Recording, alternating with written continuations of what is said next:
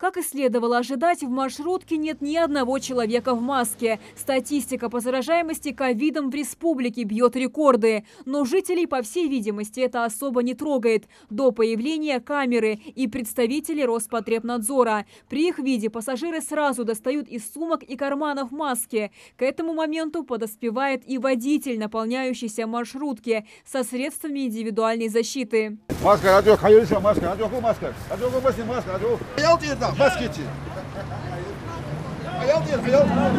Только вот действия эти выглядят более чем театрализованно. Стоит отойти проверяющим, как пассажиры снимают с себя маски. На микроавтобусе также отсутствует обозначение о необходимости ношения индивидуальных средств защиты. А это уже грубое нарушение, говорят специалисты Роспотребнадзора. Водителям и владельцам общественного транспорта грозит штраф. Некоторые из них при виде предписания очень удивляются и о введении масочного режима слышат впервые. 2020 года маску ждали.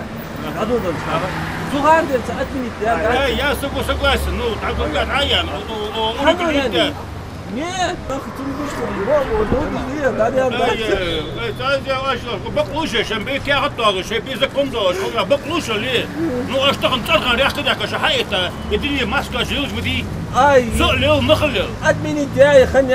Незнание не избавляет от ответственности. Предписание выдано, рейд продолжается. Водитель следующей маршрутки объясняет проверяющим, что наклейку о соблюдении масочного режима с окна пришлось убрать по требованию сотрудников ГИБДД. Но перед каждой поездкой он лично просит пассажиров не игнорировать меры безопасности.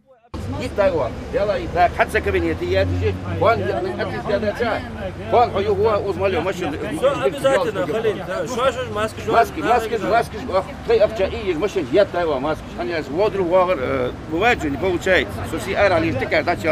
Маску купить, маски сделаны, юатчик сделан, дал что-то, да, и не سهل أنا لازم عياش تبعك وأخلص ضد ضمن بوجلة. أجل واش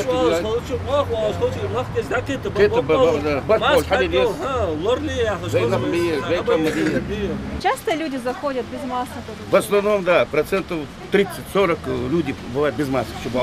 Почему люди отказываются? Почему не такая агрессия? Ну, они думают, что они не заразны, не заразятся, как-то думают, что они такие иммунитет у них повышенный, или да, ребята бумать, или я не буду маски носить, а курсом пускай на гуливе. Маска цею разный менталитет, разный. А вы сами как относитесь к маскам?